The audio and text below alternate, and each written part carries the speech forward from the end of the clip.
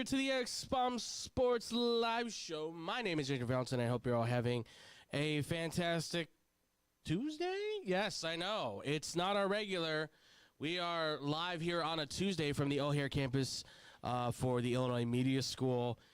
I know, it's a weird one, but it's because, unfortunately, office is going to be closed on Friday, so we decided to do this a little bit early. Yeah, I know. But I hope you guys can still enjoy this one because, obviously, we still have a lot to talk about because, obviously, last week we didn't have the ability to go. Sorry, schedule was a little bit tight.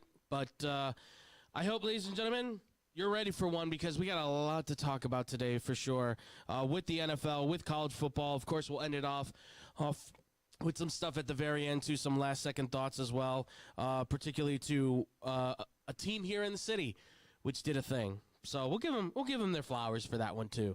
But with me as always is my man Scotty Kiefer. Scotty, how you doing, man? Happy Merry Christmas, Andrew. Happy Christmas episode. It is our Christmas episode. A little bit more joyful, Andrew. All right, chill out. Jesus, God. I'm sorry. I'm a little bit grinchy today, okay? Hey, you just had your Culvers. You shouldn't be that grinchy now. Well, that's the problem is now I've got food in me, so now I'm like very lethargic. Yes, Merry Christmas to all, obviously, off the back end, of course.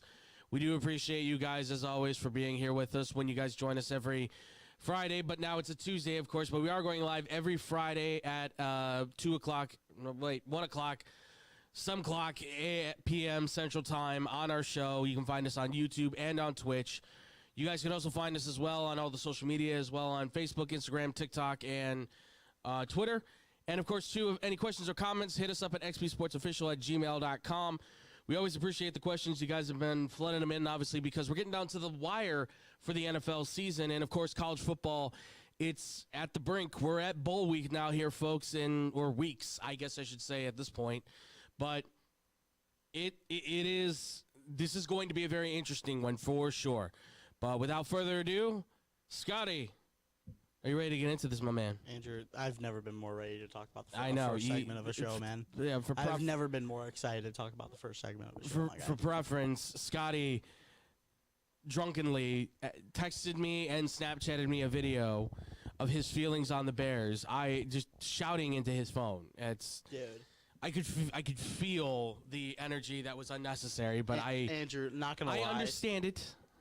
Top 2 day of my life. And it wasn't 2. And it wasn't 2? Yeah, no. Wow. Okay. To this point. This is great. To this point. You know, let me tell you something, Andrew. At the beginning of the year, I came on this show and I said, look, I'm not expecting anything. Mm-hmm. I said maybe 7 wins. That was my benchmark. Get to 7. Sure. I said at the most they'd get to 10.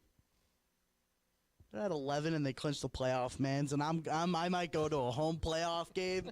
Dude, I'm stoked, man. Fair. Totally fair. Totally fair. Yes, so if you don't know, started off with the Bears have officially locked up a playoff spot. First time in, what's it been now, 4 years? 5 years? 2020, where they needed the Cardinals, I believe it was, to lose at that time to get into the playoffs. Yep.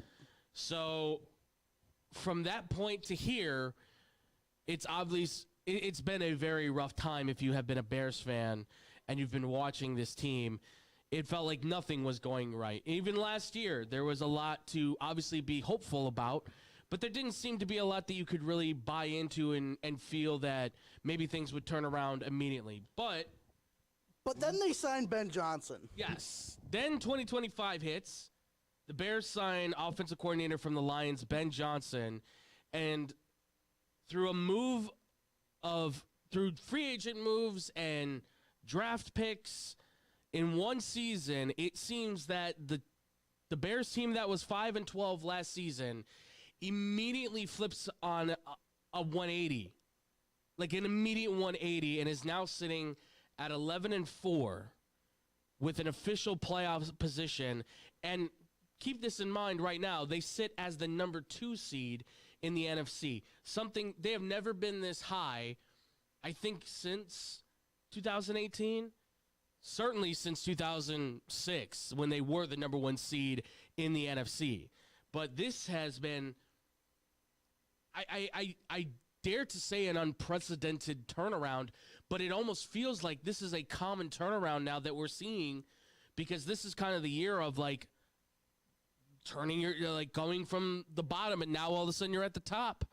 And we'll get to all of that obviously in a later segment here too.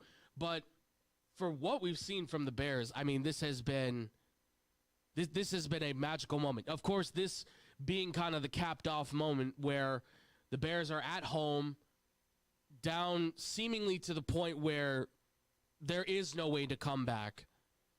And lo and behold, through a mixture of moves that take both skill and I think a dash of luck, you would have to say, they somehow find a way to get back into the game, tie it, and on what I think will be potentially a generational defining pass where, as I saw one person, he wrote in his blog, because I'm going to start getting back on the blog thing here eventually soon, I promise that. It's been a while, I know, but I've been busy.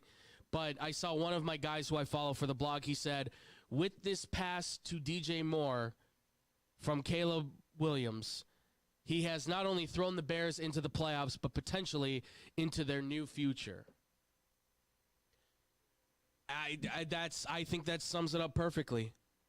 Because, again, we talked about this on Blow the Whistle.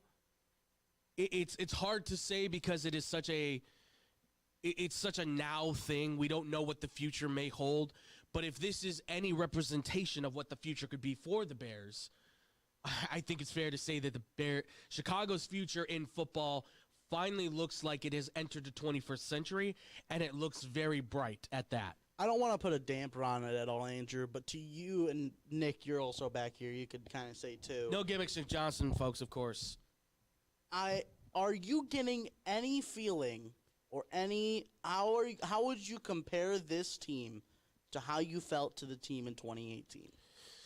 Because there's a lot of similarities between them, but the feeling around this team, to me, is drastically different. Mm-hmm. So to you guys, how do you guys feel relating this team to 2018, your feelings toward this team? That's a good question. That's a very good question. I trust the QB. I don't really it's compared to Mitch, respectfully. You can actually feel like the offense can go out there and score at any given time. The defense isn't as good as it was in 2018, obviously. There's a squad full of killers on there. It is very close with the numbers and stat-wise. But, man, oh, man, I mean, this team truly can. They feel as though they can go out there and beat anybody, which is the feeling you need to have, and it is exciting. It's good. I also feel something different with the coaching staff as well. Matt Nagy gave a good impression, but he didn't have the locker room like Ben does. Mm-hmm. He didn't have the guys completely bought in from basically training camp. Like, the vibe in the coaching staff is what is different for me to that 2018 team. I mean, I think you could say that if we're gonna say, well, what was the point where you felt like the Bears, the paradigm shift for the Bears' future, right? There's a bunch of moments you could point to, this being one of them with Caleb Williams' throw. I think you could go almost all the way back to the point when Ben Johnson got hired. He walked through those doors of Hallis Hall, and the entire staff of Hallis Hall was standing and clapping for him. Like, that in itself could become the moment where you said, and that's when we knew things were going to be different. And yes, in ways they are very similar, but like you said, there is an energy with Ben Johnson that Nagy is very corporate, right? He's very of his product. Andy Reid's a fun-loving guy, but he is still a very kind of suit and tie, keep it clean kind of guy. Ben Johnson, I think, can be the suit and tie guy, but when it comes to football and the football aspect of being a coach and the players being the players, he knows there has to be a level of freedom and excitement that you need, especially being as young as he is, and a lot of the players being as young as they are, right? There is that passion that if you have it, they'll have it. If no one in the locker room, and I'm not saying the players don't, But if you need to sort of manifest that as the coach and it can spread throughout the rest of the locker room, you can start to identify your leaders. You can start to identify the playmakers. You can see the guys that are going to step up. I mean, listen, this is a game where 2 of your receivers were out, 2 guys who have been critical for you. And all of a sudden, Olamide Zaccheaus is making not every play, but he's making plays when it counts. And Jade Walker is a guy who most people would probably not put on their roster. Let's be honest. Most people would not put him on their roster, and yet this is a guy who, in the preseason, worked his ass off to make the roster, main roster, is really the 5th, 6th wide receiver on the depth chart, comes in at a moment where you know the pressure's on, and delivers in a spectacular fashion, finishes with a great celebration, of course, too.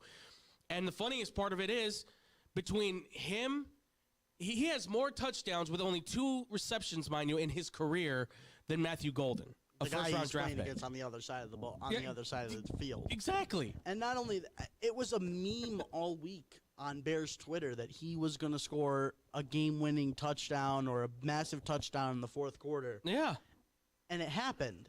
Like the other thing I want to talk, what's different is there's stuff around this team that is different rather than just the coaching staff. I mean, it comes down to little things like, hey, they got blue end zones. Like, it's a different. There's something different about this team, and Caleb said it during his press conference after last week's game. Tom Brady said it. Which shout out to him and KB. Those guys killed it on Saturday. Yeah. What? It was so blatantly on the Packers side the entire game. It was just insane. They did favor a lot on the Packers. They did favor a lot to the Packers, I'll agree with you, but their calls on the big moments were fantastic. It is as if they were hugging and kissing Jordan Love all night long. That's all. That is true. I'll leave it at that. But their calls on the massive plays were great. They brought the energy, which helped to add, I think, to a little bit of the game for sure. I mean, I won't take that away, but Nick does have a point. It was Michaels, no. But they had a bad game where they were clearly favoriting one side. I'll leave it at that. That is true. From the first, yeah. But when the moments came, they did deliver really good calls on it. Yeah. But here's the thing, though, is that this is one of those things where go to last year, nobody would have expected those moments to happen. You don't expect the onside kick. You don't expect the defense to be able to get the fumble like that in that kind of moment, right? You don't expect the Caleb Williams type of throw to DJ Moore against Keyshawn Nixon, who, mind you this, 2 weeks ago ended the game and sealed it for the Packers in Lambeau. And then he comes here to Chicago. He smacks DJ Moore on a defenseless play, and DJ Moore ends up getting the upper hand, with Caleb also getting the upper hand by throwing the touchdown over him to win it. Like, everything about this, our guy Frankie said it on Blow the Whistle, it was cinema. It was cinematic moment. It was perfectly lined up to be the exclamation point that, and I think, Nick, well, you were the one that said it on Blow the Whistle, that this is the moment we can possibly turn to and say, and now the Bears have officially shifted into a whole new, that new level, that new era of Bears football, and that's crucial. It's critical, and I don't think anybody now represents that more so than what Caleb has done. The guy who, even still, I'm seeing it, but it is so quiet. It's like a mouse in the walls. You can hear the scratching.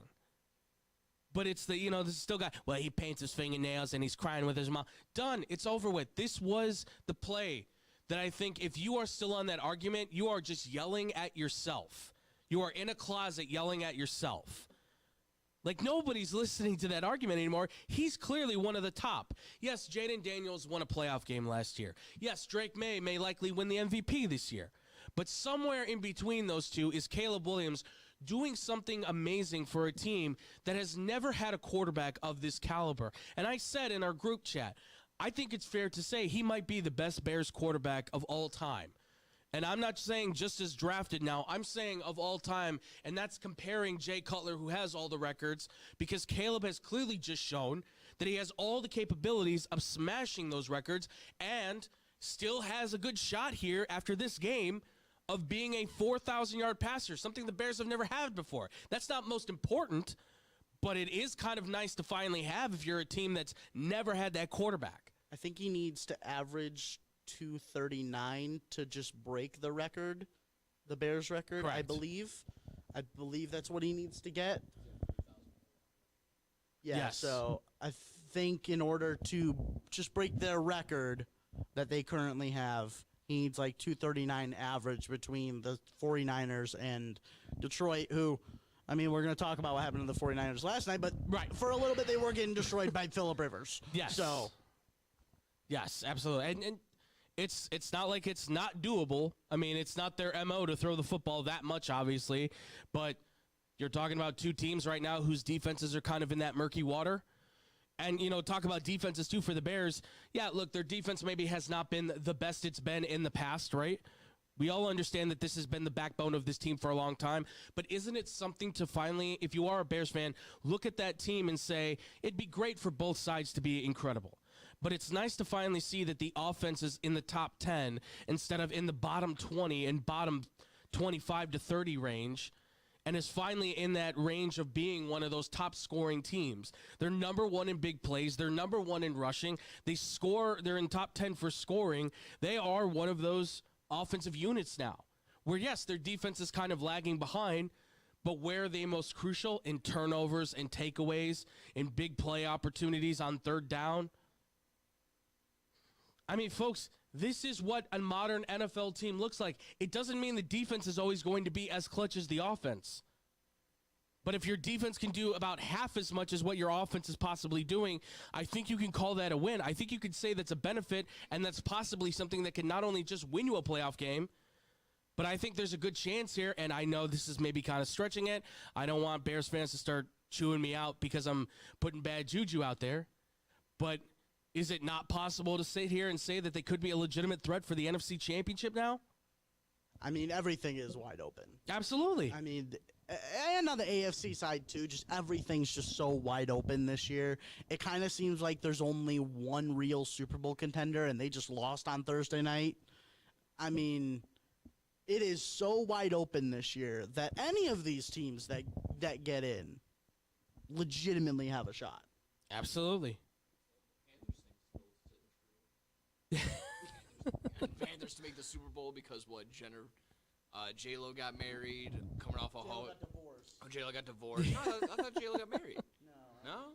I think it was she either got married or divorced, one of the two. Ohio State coming off of a national championship, and then there was one more. Yeah, there's one more with it. One more, like it's like that's okay. Well, we're on track. Yeah, we're on track with it. We could definitely be getting. Either way, Destiny's showing for the Panthers. That's very true. But even still, the fact that we're sitting here having this conversation for the Bears, props to them.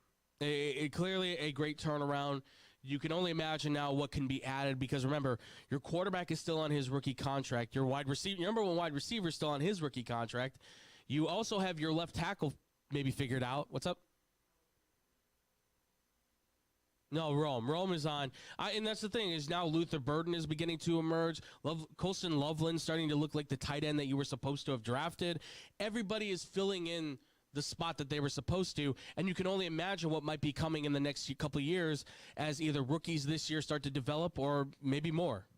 Quickly, I found it. Ohio State coming off a national championship. Panthers and Jaguars opened the season playing each other, so that happened again. Mm-hmm. You were right. It was a divorce for J-Lo, and then, of course, that means Panthers will make the Super Bowl inevitably. So, go Panthers. Listen, if that's the case, I mean, the Broncos right now look like one of the top teams in the AFC, so it could be a rematch. It very well could be a rematch. I mean, crazier things have certainly happened, but this has been an exciting year. Again, I'm not a Bears fan anymore, but to watch this team, again, it's kind of like watching the girl you used to date with somebody else, and you're seeing how happy she is, and you kind of go, you know what? Good for her. I'm glad. I'm happy that she's happy. Andrew just jumped ship too early, and he's trying to cope.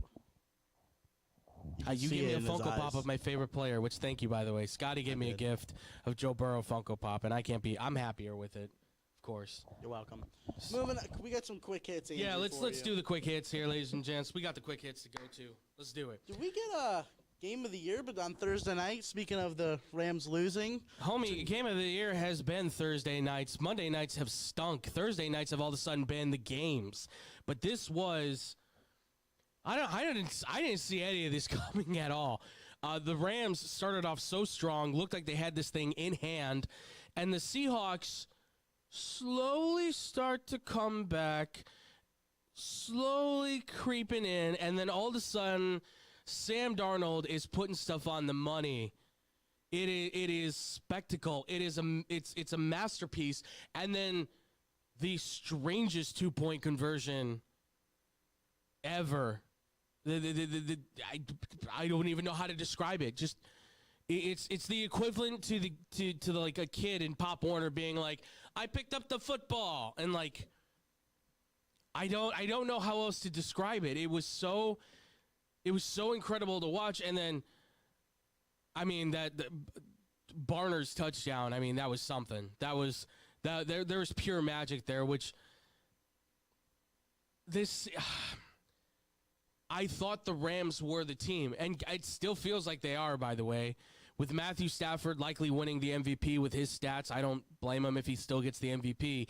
But I said this, maybe a month ago. I felt like Seattle might be the team for that division. I still think I think they just proved they might be the team of that division. It's crazy how one loss for the Rams completely derails their season, though. Now they have the third...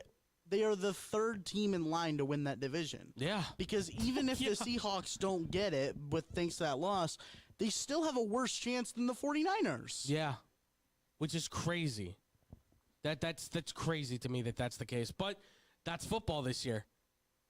It doesn't make any sense. Normally, the way the Rams have been playing, they should be dominating everybody. But the Seahawks, who have had, I would say, a very excellent season for what it has been, with Sam Darnold playing fantastic football, a defense that has really stepped up big in major ways. I mean, Devon Witherspoon deserves his Pro Bowl selection for sure. He has been a shutdown corner all year long. But this game, I absolutely think was game of the year. I do think you will get the MVP to Matthew Stafford, but I will say this. Sam Darnold definitely deserves like a props, he get like a second place or something, because his run has just been incredible. He's 26-6 right now, folks, in his career. 26-6. Well, not in his career. Well, not in his career. Well, I mean, in his newfound career. Post Panthers career, post 49ers career with the Vikings, and now with the Seahawks, he has just been tearing it up. Yeah. And I'm here for it. I never thought he was a bust per se. I didn't think he was going to be this good, though. I will say that. I was certainly wrong about him, for sure. I was definitely right about Josh Rosen, though. That's for sure. Moving on, though, Andrew, the season, we're talking about a lot of teams that are having successful seasons, but there's a team that's having a down season so bad. Oh, yeah, there are. That they got to move states. They're having such a bad season. So what are your thoughts on the Chiefs starting to crumble there as they drop? They get their 9th loss of the season to the worst team in the NFL and the Tennessee Titans. Well, the stadium move, I understand, because the money. Okay, I'm not going to. That's not part of the reason why they're leaving. But I think this is just what happens when you have aging players on your offense and on your defense. They look old, right? There's this. I think there's a shrinking vibe from the team now that Tyreek Hill's gone, and a lot of those the key players from the Super Bowl team have now left. You've tried to fill in the hole here and there with a few guys like Worthy, and you've tried the Tony thing. You've tried all these different guys, but nobody's really worked to the level that you've needed them to. Clyde Edwards, God, that one hurts me as an LSU fan. I thought he was going to be something, but they just haven't been able to do to be their natural self, it seems. They've had to be more reliant on Patrick Mahomes. They've asked Travis Kelce to do more when they really shouldn't be doing that. They need more from guys like Rashee Rice and Worthy and other guys to step up. This has been an uncanny season for the Chiefs, but it's also something I think we can say too.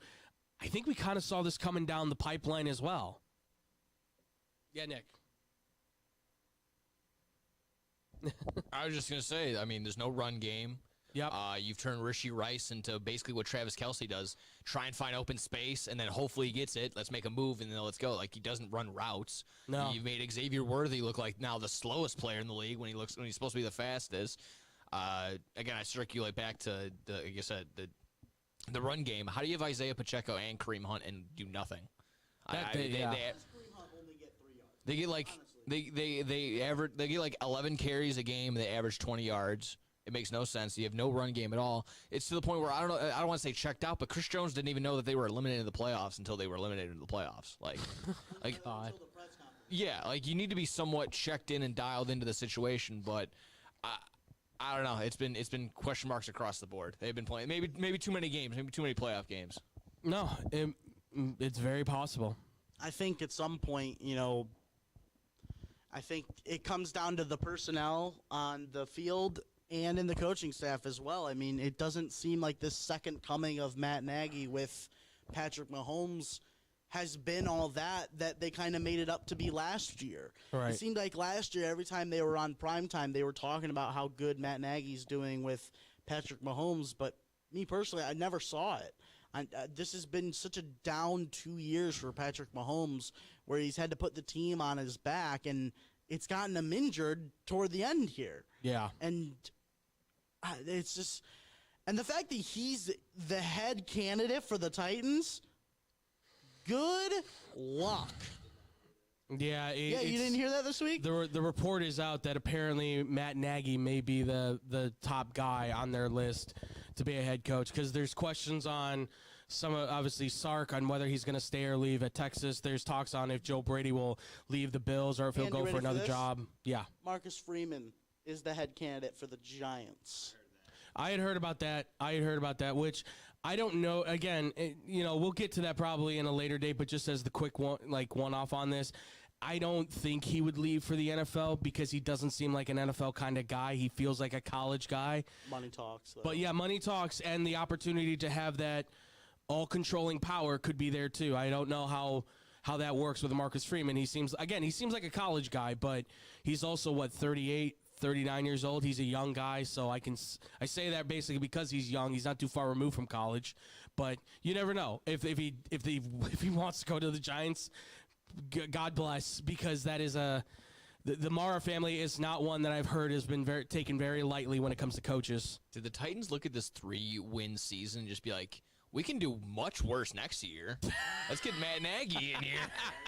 That's not us saying that as Bears. I don't think that's a lot of us saying that as Bears fans. He's just a bad coordinator now. Look at how bad the Chiefs have played the last 2 years. I know they made the Super Bowl last year, but yeah. They one-score games. That goes either way. And the fact that they were in one-score games with the Raiders twice. Patrick Mahomes looked like Cam Ward. What is he going to make Cam Ward look like? God. To be honest. Yeah, that's fair. And Cam Ward just had his best game, arguably, in this one for sure. Andrew, give me a short answer. Do you think it's time Andy Reid has the retirement party? No one seems to want to have that conversation. That's something we didn't talk about on Blow the Whistle, but I never thought about, actually. That's something we should have mentioned. Well, I'll say this right here. I think it's time for him. I think, if anything, in his mind, he's probably considering it, because I do think that this isn't like the downfall of the Chiefs dynasty. I think this is like the let's take a break moment, like we saw with the Tom Brady and the Patriots dynasty. Well, they'll come back. The problem here, though, is that they still had Belichick throughout all those years. Will they still have Andy Reid?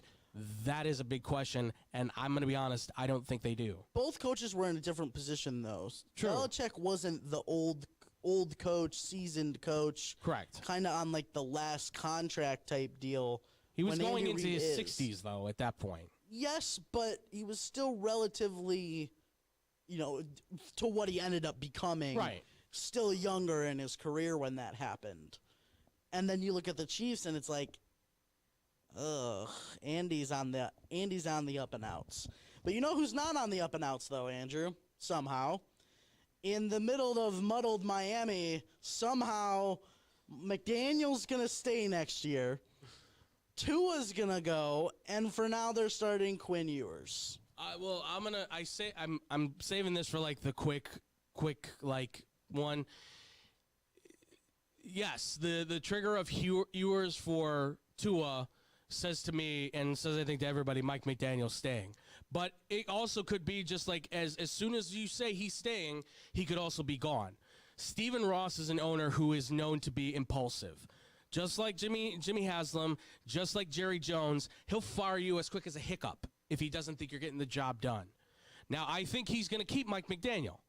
But what do you do with Tua? You can't trade him unless you give away picks and you pay half that salary. That'd be my case on it. I don't know how you get rid of that. You cut him, you're going to take on $99.8 million of dead cap money, which is insane to do. That's insane to do if you're anybody, right? Like, where can he go to that he can save the season? I believe David was the one that said Kansas City, but that just seems like it would be implausible. I feel like Russell Wilson would probably be the guy that goes to Kansas City instead of Tua. Like, I don't know where he would go where you're like, oh, he'll get a revitalized career. He feels like the guy who gets traded to a team, you get stuck with his salary, and he just ends up being the high-priced backup. So can I float an idea out there? Sure. Because I've seen an idea that would work for both teams with where they currently are and how long they're going to need. It won't be a quick fix, but it has the boom possibility that it could and a very low floor. Okay. Straight up trade Tua for Kyler Murray. Now, and Nick's shaking his head back here, but here's why. Okay. Those are two teams you could send them to that the pressure's not on them to get a quick fix. Maybe it is in Miami, but both guys need a new place to go. Both guys have impossible contracts to trade. And to me, it's such a low floor that you can get by with their ability to just run out the contract to where you don't have to take the $90 million cap. Okay. Sounds like you just traded Tua for right-handed Tua, and you traded left-handed Kyler Murray for Kyler Murray. So it's a lateral move at best. I don't see either one of these two careers getting revitalized in any sort of way. I think that was what you said, Andrew. This is just going to be a high price backup. See Kirk Cousins, see Jimmy Garoppolo, see I don't know any other example like that for the reference. Even you could throw in there. I mean, and here's the thing: is like if you're between those two quarterbacks, who has the possibility of still kind of saving their career? I think Kyler Murray does because he's the far more dynamic athlete, and I think he just has a much better arm than Tua does. But it's such a thin line. Because here's what I'll say. His problem, I think, is that Arizona right now has just been so below mediocrity to bad that it's been subsidizing his skills so much that it's now starting to zap away any potential that he once had. Because he should be, I think, in the same level in conversation as like a Dak Prescott. But for some reason, he just has lost all of that because of Arizona. But now where can he go to save that? That's the problem now too, right? It's the same thing with Tua. Where can he go that can potentially give him that kind of jump start for his career that's needed? My only counter right now is Jacoby Brissett looks so good throwing the football. He does. It's really tough for me to sit here and tell you that Kyler Murray is not the problem. No, you can make the argument he certainly is. I look at Arizona as the whole. And I say they always seem to get that player that feels like they can help. But then it always feels like but we're just missing something else too. So I look for Miami. I think it's time for them to completely tear down. Mike McDaniel, go away. Tua, go away. Tyreek, go away. They should have traded Jalen Waddle when they had the chance. So they're going to have to, I think, tear down, start from the beginning. And it sucks because the Dolphins have been this way now for, 30-some-odd years? Like, it's been since Dan Marino was there. Like, once he left, what was there? They had the 1 year with the Wildcat. They had somewhat of a thing with Ryan Tannehill, but it was so far and few in between and so mediocre, it didn't mean anything. Tua's been their best point. And you could even go as far to say, well, maybe Ryan Fitzpatrick was their best point. It's so muddy and murky down there in Miami, as it all should be, because I believe Stephen Ross just doesn't care. He could say he does, but he's 90 years old at this point. That man does not care. He's one step out the door in life right now. Okay, the next guy that comes in needs to be the guy that can actually make a difference. And then with 2 weeks left in the season, Andrew, we're getting really down to the wire on the Coach of the Year race. And honestly, you can argue it is a 5-way tie for who is the best coach in the NFL. Listen, Ben Johnson's in that conversation.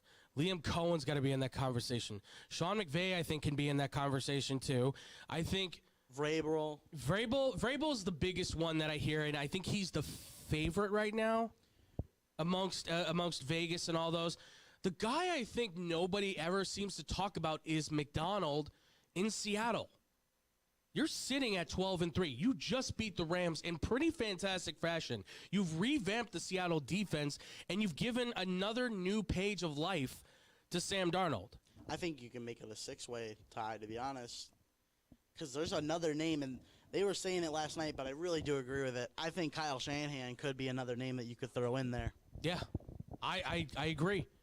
So it goes Vrabel, Shanahan, Mike McDonald, Ben Johnson, Liam Cohen, Sean Payton. Sean Payton's a far plus 4,000. Sean Payton, yeah. So you could say 7 coaches right now could be up for that award. Yeah. 1, 2, 3. The 5. Yeah, 5. Ben was 4th at plus 600. Liam Cohen plus 800. And like I said, Sean Payton goes to 4,000. So so they got it as a 5-headed race between Cohen, Johnson, McDonald, Shanahan, and Vrabel. It's crazy that I think the top 4 options might win their division. Yeah, and you gotta figure out between them.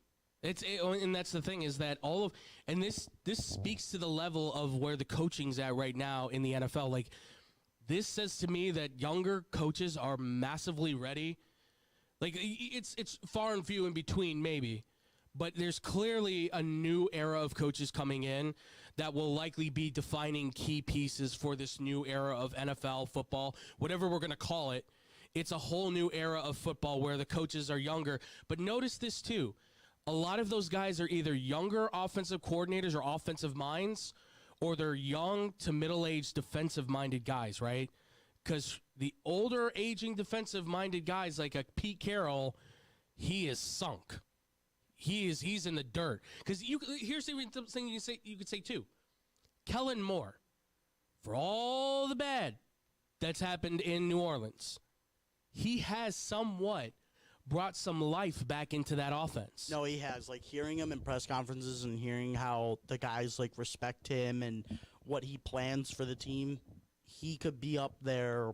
He could get the Saints revamped in a year or two. He very much. I mean, I'm looking at Tyler Shuck now and going, was that not a bad pick now? I mean, that might actually have to be a decent pick. He hasn't been bad. He's been better than Chris Olave just had not a career day, but he had career day. Yeah, you could say career day.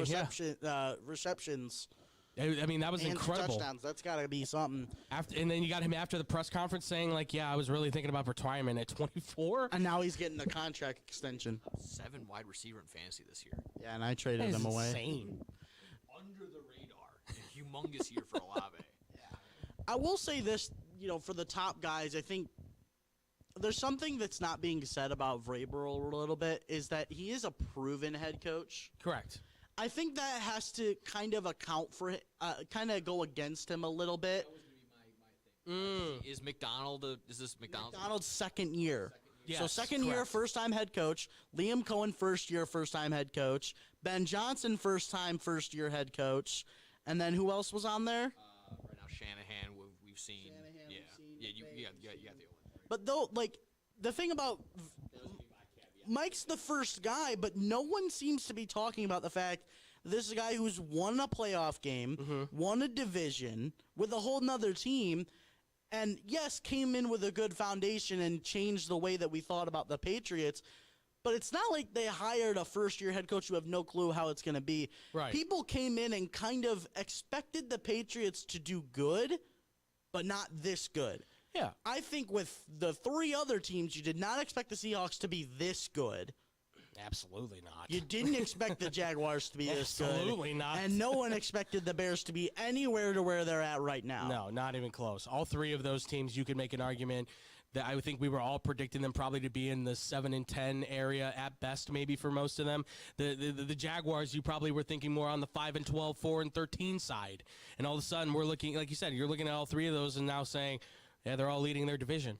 They all should probably win their division. They're all playing good enough football. Liam Cohen untapped Trevor Lawrence. Your favorite player, Scotty. All I'm saying is just wait for the playoffs. Because when Trevor Lawrence is playing, both teams have a shot to win the game. You say, yeah, Nick said, he's like, you say that, but he is playing. He's playing the best football of his career right now. Yes.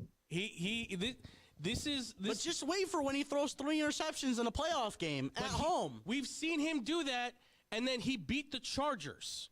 Liquid LA, that doesn't count. That's Dean Spanos. That doesn't count. Oh my God. He just won't give in. Embrace, Scotty. Embrace. I'll admit, Trevor Lawrence is playing the best of his career right now. All I'm saying is at any moment that will come crashing down. It's always got to be a backhanded compliment against the guy. That's the thing. He has looked so good in that backfield now, being a weapon in the pass and the run. He's given Brian Thomas Jr. Parker a chance. Washington to Chris Carter, man. Brendan Strange is actually a solid tight end all of a sudden. Like, they're figuring it out. Slowly but surely, they are figuring it out. Bashil Tootin. And that's all without Brian Thomas Jr. doing really anything, too. And their number 2 draft pick, Travis Hunter's not even on the field at all. Exactly. Imagine what happens when they can put it all together. Liam Cohen, Mr. Duval, born as he might look. Yeah, he's talking his talk and walking his walk. How are his press conferences? Because from what I've seen, they're really, because from what I've seen, he's kind of a cringy guy. he's a bit of an oddball. He's got a little bit of that kind of like geek aspect to him. I would say he's like a geek, but you know what? He's fun. I will say, he's good for Jacksonville, a party town. So he fits right in. But look, if you're asking me who wins Coach of the Year, I mean, Chicago love does go to Ben Johnson, of course. I do think McDonald should win it just for what he's done to the Seahawks personally. I can argue, of course, Vrabel, but I hear what everyone's saying. Obviously, you had a crack at this before. You're kind of already done this once, which then leads me to say that Liam Cohen, then, if you're counting all of them out, Liam Cohen should be the next guy. Because as much as I want to say Sean Payton, he only controls the offense. That defense has carried the Broncos for a while here. I would say Ben, too. Yeah. I'd put Ben over Cohen, to be honest. Yeah, you could. Honestly, you could. But the fact for that how tough the NFC compared to the AFC South is, true. I would put Ben in over Cohen. Look, at the end of the day, it's just good to see these kind of coaches coming through. It is, no matter who wins, it's still great. Because they're innovators, they're willing to challenge, they're willing to do different things, they're willing to make fun football happen, right? They're not afraid to go for it.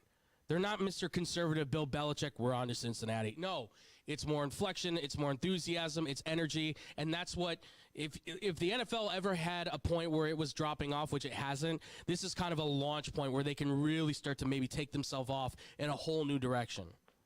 All right, we got to get to college football, Andrew, because this weekend was a little rough. It was, because we're going to speak mostly here, folks, about college football and the quote-unquote problem, if you will, that kind of exists, right? Because college football, for those who don't know, obviously has kind of gone through a range of sways. And here, obviously, you have the Oregon-JMU game where Oregon is blowing out JMU, kind of took their foot off the gas. JMU came back into the second half, but still loses 52-34. And Ole Miss was a blowout against Tulane, and a lot of people suddenly going, see, that's why you can't have the G5 in the playoffs. I don't know why I'm Southern, but it just works. You can't have those small schools in there. You got to have them out of the playoff. That's not fair. First off, let's I said this once before on Blow the Whistle. I'm going to say this again for everybody to understand.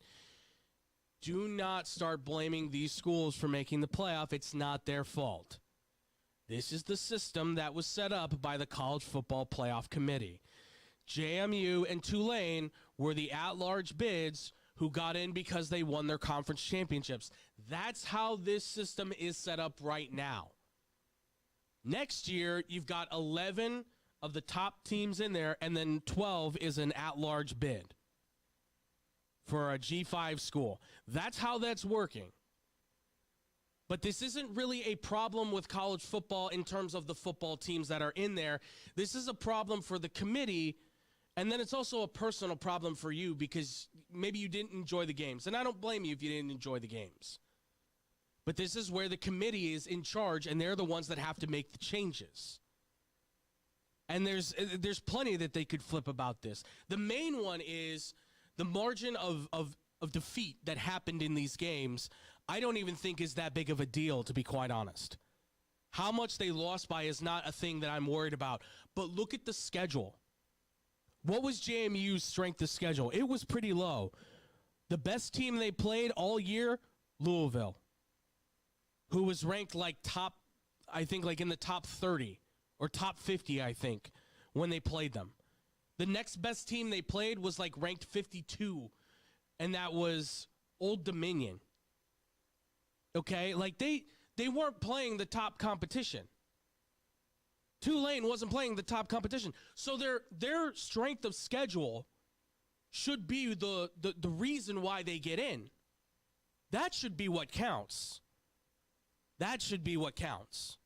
You want to count head-to-heads and all this other stuff, that's fine. But that's what should count here, your strength of schedule. The reason why a Miami, a Notre Dame, an LSU, an Alabama, a Florida, whatever it might be, gets into the college football playoff is because they have one of the toughest schedules in the country, and they have played some of the top teams in the country as well. Both coincide with each other, so that should be one of the big main criterias. So when you tell me, well, JMU and Tulane don't deserve to be there, no, they deserve to be there by the current model of the system. But the system that should be in place is on your strength of schedule is what should judge whether or not you make the playoff. You're a winning team who has a top 25 schedule in the country, that gets you into the playoff. That makes you a top 12 team in the country and gets you in. That's what should count. Not whether or not, not all this other extra, no, margin of error, all that. No, none of that. So then we need another solution, right? What's the other solutions? Auto bids are out. Auto bids are out. It's got to go. No more of the conferences can just automatically make it, right? Save it for the top 4 conferences to get the bid, right? And then the best 8 teams get in. And then the other option is, well, then what do you do with the G5? Because the G5 now know that they're not going to make the playoff because of their schedule, right? Yeah, no, absolutely. So then what do you do with the G5? Because you're leaving them out, Andrew. You got to give them a shot. Well, you either say you go to the no auto bids and say make the top 12 and make the playoff, or here's the other idea, have a G5 playoff. What other option is there then? Give the G5 their own playoff and make this thing now a 2-division system. It may not be right for some people. People may not like that because, well, you're ostracizing those small schools. They're already ostracized. They're already different. Would the way like the FCS do their playoffs be better? Do you think? They give the 4 teams the bye, but then like some teams meet up with each other in the second round, and then the lower seeds go on to play the top teams. Do you think that would do something? Like it's 2 lower seeds going against each other? You could, but then I think you're ending up with a lot of the same arguments are just going to keep popping up on that one too. Yeah. Like that's the problem is that, I mean, listen, no one's going to be satisfied with any of this no matter what. Like everyone's always going to be all angry because they have to be angry about something, right? But the problem is that a lot of that will still bring up the confusion of, well, why are these teams still playing each other? And you know, it's going to create still more of that chaos and stuff. Not to this extent, maybe it might lessen the blow some, But the issue here is that you have too many teams, and this isn't an issue even. It's just the way things are, right? You have the Power Four, who are clearly the Power Four because they have a lot of power, a lot of money, better training facilities. They get the top athletes, right? Then you have the G5, who are, they have smaller resources, smaller schools, right? They get the lesser players, and when their players do potentially get better, what happens now? They go to the portal, they end up going to bigger schools because they want a better opportunity to either make more money or get drafted, which is fine. That's how the system, again, is set up. It is unfair, but it is what it is. That's how this has been designated. Whether or not you think it's right or wrong is completely up to you. I'm fine with it, but I understand what you're saying where it's kind of like, well, this doesn't seem like it's right. That's fine. If you say this is destroying college football, that's fine. But this is the way that it has been set up by the NCAA. This is where it's been allowed. And as much as I want to be able to say the G5 are just like the other ones, that they could topple the big dogs, that's not happening unless you play NCAA 26. And you have full control of that with your PS5 or your Xbox. That's the only way JMU's beating Ohio State for the national championship. That's the only way that's happening, okay? Sorry, Andrew. I just want to get Louisiana Monroe a national championship. I'm sorry. And that's fine. That is fine. But let's not pretend like these schools are on the same par as each other. It's possibly time to start saying that we need to identify Power 4 and Group of 5 as two separate divisions. Maybe everybody needs to get bumped up where FBS becomes the big boys, FCS becomes the small guys, and then Division 2, Division 3, and now we have a Division 4 that follows. Money isn't going to change because you change the name. It simply just defines then that we are kind of expanding the rating of how we're going to look at college football. Well, let's turn college football into the English Premier League. Let's do that. That you know what? I'm not against that. Promotion and relegation. You win more, you go up. You lose more, you go down. North Dakota State wins a bunch of national championships. Why not put them all of a sudden with the top dogs? Right? Yeah. All of a sudden you get, what is it, Kent State, right? They keep losing. They can't seem to find a way to win. Okay, you're down. You're going down to the FCS. Yeah, not a bad idea. But they won't do that because, well, we can't adopt that system. That's too crazy. Or no, it just makes too much sense. That's the issue. True. But that to me, that's the only solution I can find for them. Yeah, I guess So I'll leave it at that. Let's get to the pick six so we can get ourselves out of here. So, folks, let's do it. The pick six, the top 6 games of the week. You already know what they are. Let's hit them. Number 10, Miami. Number 2, Ohio State. Ohio State right now, by the way, lines are subject to change before these games hit, mind I was you. going to say, the fact that this is this wide open, it's probably going to change Ohio State by 9.5. Yeah, just right now, 9.5 to Ohio State. The over-under is at 42.5.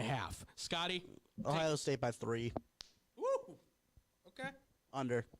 I like that, the under. Ohio State, I think, has just more, collectively more overall better team. Miami's defense might make it a game, but what Carson Beck is showing up, Mark Fletcher could be the hero of this game if they just run the clock. But I think they're going to let Carson Beck try to throw it. That defense is really good. I'll give it to Ohio State. Ohio State, 6.5, but I'll say the under as well. Next. Texas Tech, Oregon. Who you got, Scotty? 1.5 point favorites. Yep. As of right now. I'm taking the under, and I'm taking Texas Tech. Ooh, okay. Like that. We've been riding the Big 12 all season. We have. Well, we've loved the Big 12. Because last year they were the ACC. Yes. And now the ACC became the ACC. So, man, the defenses feel like Texas Tech has a little bit of the edge because Rodriguez is just everywhere. So they've got a little bit, but the problem is that Oregon, I think, has a little bit of a bigger edge on the offensive side with Dante Moore. So I'm going to say Oregon by 2 on the dot, 2 on the dot. And let's say this just hits the under. Like I'm saying like 50.5. Just hits the under. Next. I'm putting it up. Okay. Because the header didn't get changed, but it is number 1 Indiana my bad. versus number 9 Alabama. Indiana's favored by 6.5 with the over-under at 48.5. Take it, Scotty. For some reason, I just don't want to pick Indiana, and I hate Alabama too much to pick them. So I'm taking Indiana by 1. I knew you were going to say something like that.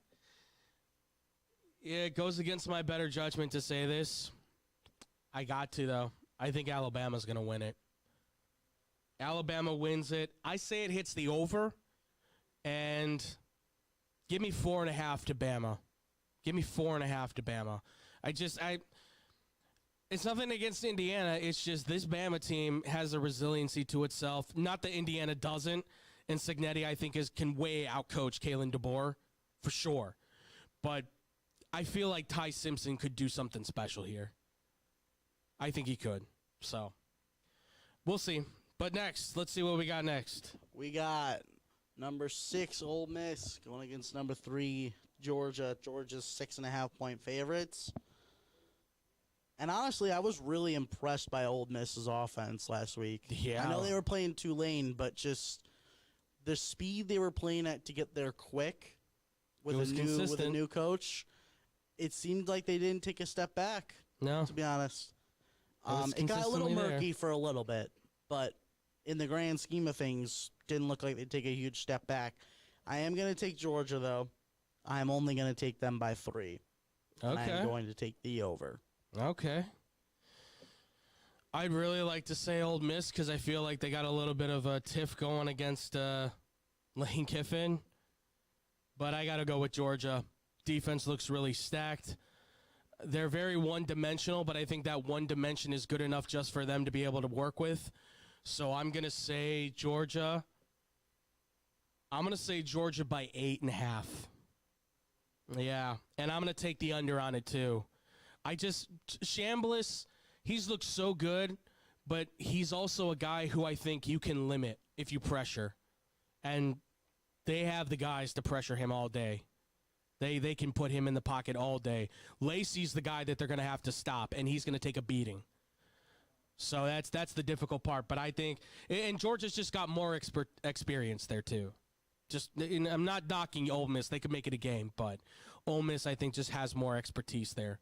I want to shout out 3 games that are on the honorable mention for college football. Yeah, go ahead. BYU, Georgia Tech. That's going to be just a fun game. So interested by that one. So interested. That game's going to be awesome. Yep.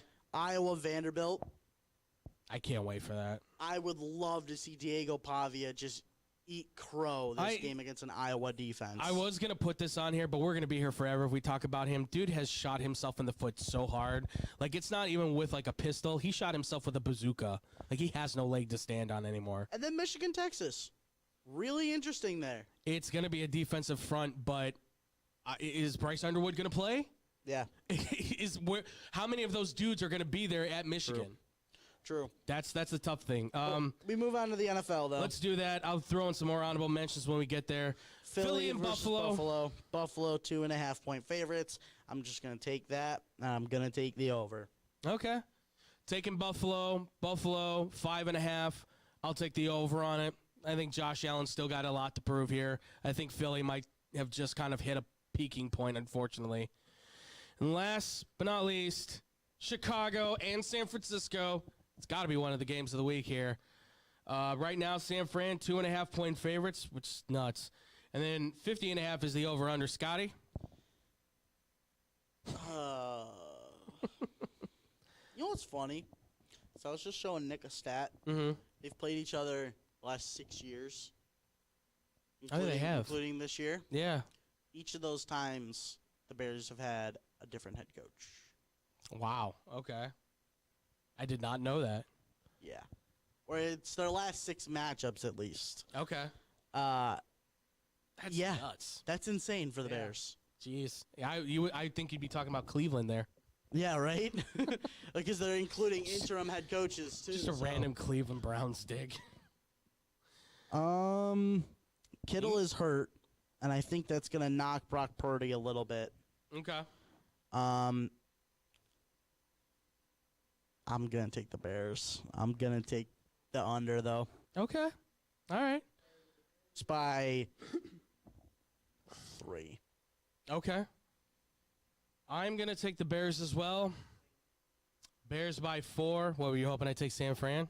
All right, I'll take San Fran. No, I'll take San Fran. All right, now I'm taking San Francisco. San Francisco by 4.5 then. Dude, I don't want to get my hopes up. San Francisco by 4.5, and we'll hit the under on this, okay? There you go.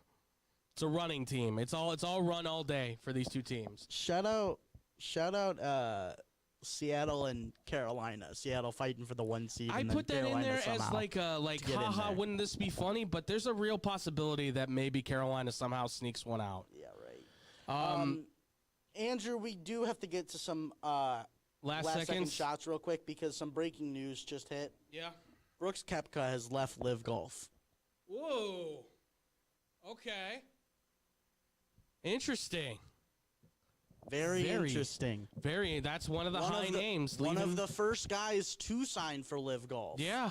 Him, Dustin Johnson, obviously Phil Mickelson. Wow.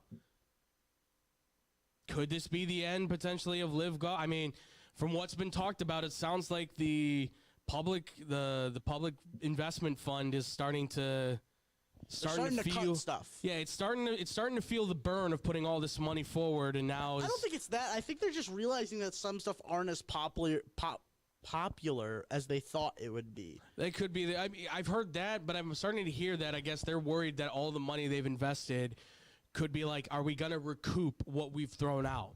Because they are lost. Right now, they have lost a bunch of billions that they really wanted to keep, obviously. And they're kind of worried about, is this really what we want to do? So this is a very intriguing move, though, because this could lead to a mass exodus. But yes, last second news, just wanted to point out, famous Japanese baseball player, what's his first name again? The first name, I don't know. It's just Murakami. Murakami to the White Sox. Call him Mune, folks. Murakami, this man who looks like a Japanese version of Babe Ruth with a nice old gut hanging out of him. Third baseman coming from the JBL. He is officially signing with the Chicago White Sox for a 2-year, $15 million deal, which was a little bit surprising, but still at the same time, a very good look for the White Sox, who have a strong young core up and coming. And if all goes right, could be one of those Jose Abreu power bats that might be able to come in and help kind of give some fortune maybe to the South Side. So I have a lot of high hopes for this as a fan, but I'm going to tell you exactly how this is going to happen. You ready? Okay. Year 1, he's meh, kind of sucks. Okay. Questioning him. Breaks out year 2, but you're questioning if the Sox should re-sign him. And hey, let me just tell you something. Freddie Freeman's contract runs out in 2 years. He's going to retire. He goes to the Dodgers. It's just how it's going to be. That's not me being. You've already accepted failure. That's not me accepting failure. That's just reality. Okay. At this point, because I do have a lot of high hopes for this guy. I think he's going to be great. I think as long as people don't make his strikeout numbers to be the end-all, be-all of his career. Correct. I mean, you're getting a guy that's going to go for home runs. Of course, he's going to strike out. People don't complain. People don't complain when Aaron Judge is striking out all the time. No. Because he hits so many home runs. Or, Mr. Bambino over there in Philly with Kyle Schwarber. So yeah, no one cares. If he does his job, especially a guaranteed, he's gonna be knocking them out of the park. Well, who was the last guy to hit 44? Wasn't it Adam Dunn that hit 40 for him last time? It very well could be this next guy. Yeah. Very well could be. And you never know. They still have the number 1 pick. Chowowski, the kid, looks fantastic. He also said, too, I saw in a recent write-up, he said, I do have a Polish last name, so I'm very excited to see if maybe I am ending up on the South Side. So already embracing the side of it. So I love it. I love it for the White Sox. I'm very happy for them. All right, well, ladies and gentlemen, that's going to do it for our show. That's going to do it for the year, I guess, too. Until we see you next Friday, thank you all so much for watching. Thank you all so much for listening. It has been quite a year for all of us. We do appreciate you guys so much for watching and listening. If you guys want to always watch us, of course, YouTube and Twitch, check us out there. You guys know where to find us every Friday. Find us on all the social media as well, at XBomb Sports. You guys can find all that there, from Facebook to Instagram to TikTok to Twitter.